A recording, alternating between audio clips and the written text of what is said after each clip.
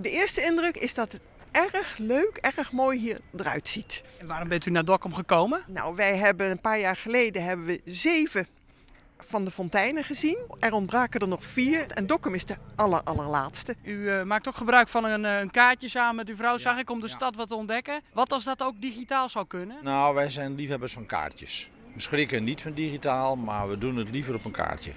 En het ken nog gewoon van papier, maar de Sherlock City app die Dokkum op een kaart zetten had, is juist ontwikkelen om afscheid te nemen van dikke boeken met routes. De initiatiefnemer is Edwin Sielstra van Skilge. Hij kwam op het idee, doet er zelfs op vakantie weer.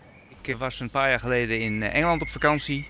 Wij vinden het leuk om stadjes te verkennen en dat kon daar op een leuke speelse manier door middel van een soort puzzelroute. Toen dacht ik, laten we eens kijken of we dat kunnen ontwikkelen en zo een nieuw product op de markt kunnen zetten.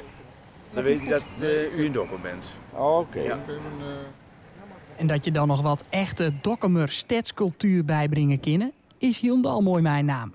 Wij willen graag dat onze stadstraaltjes zoveel mogelijk gebruikt wordt. Dus dat hebben we ook in de app terugkomen laten met een paar zoekopdrachten. Onder andere bij de Leugenbank. Daar kun je dat ook altijd mooi terugvinden. Wij zijn wel heel blij met hoe het er nou in staat. Het bijzondere van dit museum zit hem eigenlijk ook in de achtertuin. En daar lopen veel mensen voorbij.